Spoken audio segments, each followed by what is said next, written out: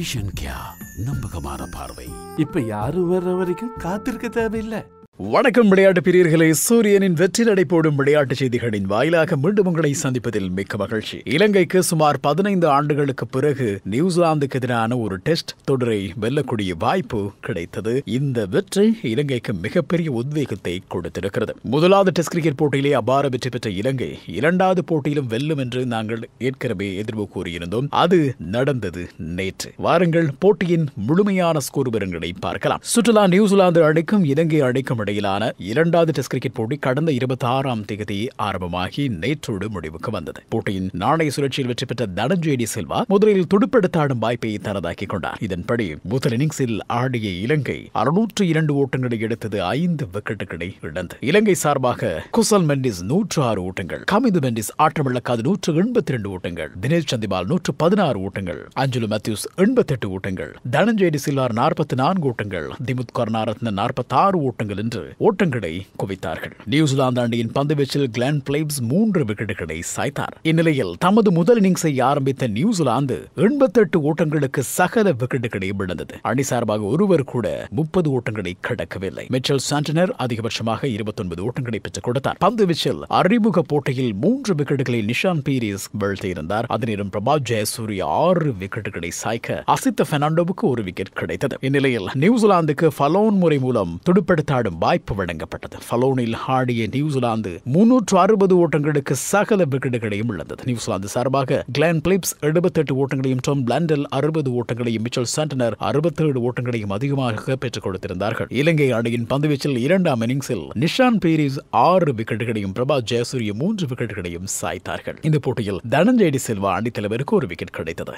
இந்த வெற்றியின் மூலமாக இலங்கை 2-0 என்ற அடிப்படையில் தொடரை வென்றது. கமிது மெண்டிஸ் போட்டியின் சிறப்பாட்டக்காரராக தெரிவு செய்யப்பட்டார். 182 ஓட்டங்களை அவர் ஆட்டமிழக்காது பெற்றிருந்தார். அதே நேரம் போட்டி தொடரின் நாயகனாக பிரபாத் ஜெயசூரிய தெரிவு செய்யப்பட்டார். 2 டெஸ்ட் போட்டிகளிலும் சேர்த்து அவர் மொத்தமாக 18 விக்கெட்டுகளை சாய்த்திருந்தார். இந்த போட்டியில் இலங்கை அணி ஒரு இன்னிங்ஸ் மற்றும் 154 ஓட்டங்கள் வித்தியாசத்தில் வெற்றி பெற்றது. இந்த 2 டெஸ்ட் கிரிக்கெட் போட்டிகளிலும் சேர்த்து மொத்தமாக 309 ஓட்டங்களை பெற்று அதிக ஓட்டங்களை பெற்றவர்களுக்கான வரிசையிலே இந்த தொடரிலே முதலிடம் பிடித்தார் கமிந்து மெண்டிஸ் 309 ஓட்டங்கள், தினேஷ் சந்திமால் 207 ஓட்டங்கள், குசல் மெண்டிஸ் 179 ஓட்டங்கள். பந்து சென்று வருகின்ற போது பிரபாத் ஜெயசூரிய 18 விக்கெட்டுகளை சாய்த்திருந்தார். அறிமுக போட்டியிலேயே நிஷான் பீரிஸ் 9 விக்கெட்டுகளை சாய்த்து அவரும் கவனிக்கத்தக்க ஒரு வீரராக மாறியிருக்கிறார். நியூசிலாந்து சார்பாக வில்லியம் 8 விக்கெட்டுகளை சாய்த்திருந்தமை குறிப்பிடத்தக்கது. இந்த தொடர் வெற்றிகரமாக முடிவுக்கு வந்திருக்கிற அதே நேரம் கமிந்து மெண்டிஸினுடைய சாதனைகள் பலராலும் பாராட்டப்படும் அளவுக்கு இருக்கிறது. முதல் 8 டெஸ்ட் கிரிக்கெட் போட்டிகளில்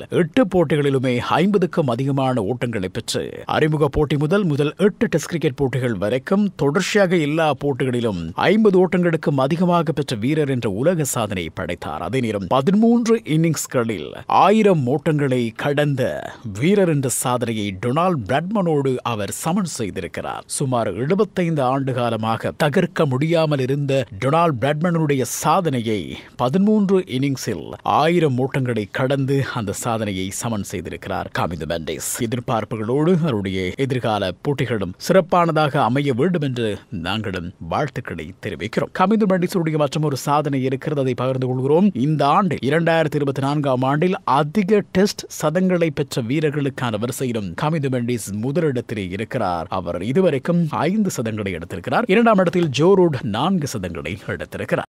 இந்த வெற்றியை தொடர்ந்து இலங்கை சர்வதேச டெஸ்ட் சாம்பியன்ஷிப் போட்டிகளுக்கான தரவரிசையிலே தனது 3ஆம் இடத்தை தொடர்ந்தும் தக்க வைத்திருக்கிறது. தொடர்ச்சியாக அடுத்து வரும் போட்டிகளிலும் இலங்கை வெற்றி பெறுகின்ற பட்சத்தில் இறுதி போட்டிக்கு முன்னேறக்கூடிய வாய்ப்புகள் இருக்கிறது. தனஞ்சயடி சில்வா தொடர்ந்தும் அணித்தலைவராக செயற்பட போகிறார் டெஸ்ட் அணிக்கு. அதனிடம் பயிற்சிப்பாளருடைய பதவி காலத்தையும் அதிகரித்திருக்கிறது ஸ்ரீலங்கா கிரிக்கெட். இதன் காரணமாக இலங்கை அடுத்ததாக மேற்கிந்திய தீவுகளையும் சந்திக்க இருக்கிறது. மேற்கிந்திய தீவுகள் 3 ஒருநாள் மற்றும் 3 20-20 போட்டிகளில் ஆடுவதற்காக இலங்கை வர இருக்கிறது என்ற தகவலோடு இந்தியாவினுடைய கான்பூர் மைதானத்தில் இடம்பெற்று வருகின்ற பங்களாதேஷ் மற்றும் இந்திய அணிகளுக்கு இடையிலான 2வது டெஸ்ட் கிரிக்கெட் போட்டியினுடைய 4ஆம் நாள் ஆட்டம் இடம்பெற்று வருகிறது. மழை காரணமாக இந்த போட்டி தாமதமாகவே ஆரம்பித்து பிறகு இடைநடுவே கைவிடப்பட்டு இன்று போட்டி ஆரம்பமாக இருக்கிறது. பங்களாதேஷ் 164 ஓட்டங்களுக்கு 5 விக்கெட்டுகளை இழந்து ஆடிக்கொண்டிருக்கிறது. மமினுலாக் 73 ஓட்டங்களோடு களத்திலே இருக்கிறார். முதல் போட்டியில் இந்தியா வெற்றி பெற்று 1-0 என்ற அடிப்படையில் தொடரை கைப்பற்றி இருக்கின்றமையும் குறிப்பிடத்தக்கது. இன்னும் ஒரு பக்கம் சுற்றுலா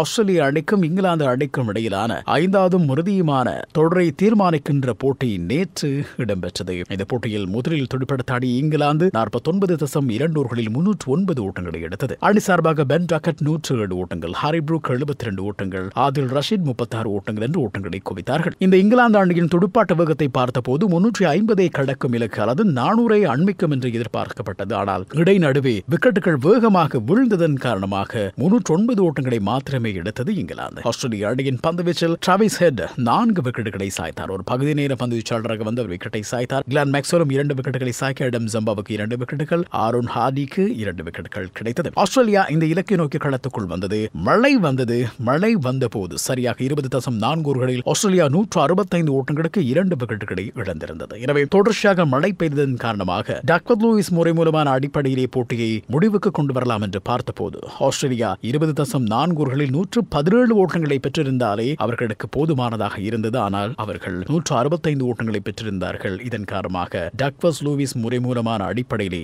49 ஓட்டங்கள் வித்தியாசத்தில் வெற்றி பெற்றது ஆஸ்திரேலியா. போட்டியின் சிறப்பாட்டக்காரராக டிராவிஸ் ஹெட் தெரிவு செய்யப்பட்ட அதே நேரம் போட்டி தொடரின் நாயகனாகவும் அவரே தெரிவு செய்யப்பட்டார். இந்த தொடரிலே பந்து வீச்சாளராகவும் துடுப்பாட்ட வீரராகவும் விரட்டியிருந்தார் இந்த டிராவிஸ் ஹெட். 5 போட்டிகள் கொண்ட தொடரை 3-2 என்ற அடிப்படையில் இப்போது கைப்பற்றியிருக்கிறது ஆஸ்திரேலிய அணி. அயர்லாந்துக்கும் தென்னாப்பிரிக்காவுக்கும் இடையிலான 20-20 போட்டி நேற்று இடம்பெற்றது. இந்த போட்டியிலே மீண்டும் ஒரு அடி வாங்கி இருக்கிறது தென்னாப்பிரிக்கா. தென்னாப்பிரிக்கா அண்மையிலே ஆப்கானிஸ்தானுக்கு எதிரான தொடர் தோல்வியை சந்தித்தது. இப்போது அயர்லாந்துக்கு எதிரான 2வது 20-20 போட்டியிலே தோல்வியை சந்தித்திருக்கிறது தென்னாப்பிரிக்கா. தென்னாப்பிரிக்கா அணிக்கு என்ன நடந்தது? முதலில் துடுப்படுத்தாடிய அயர்லாந்து 20 ஓவர்களில் 195 ஓட்டங்கள் எடுத்தது. அணி சார்பாக ஆரம்ப இணைப்பாட்டம் அபாரம் 137 ஓட்டங்கள். போல் ஸ்ட்ரைலிங் அணித்தலைவர் 52 ஓட்டங்கள்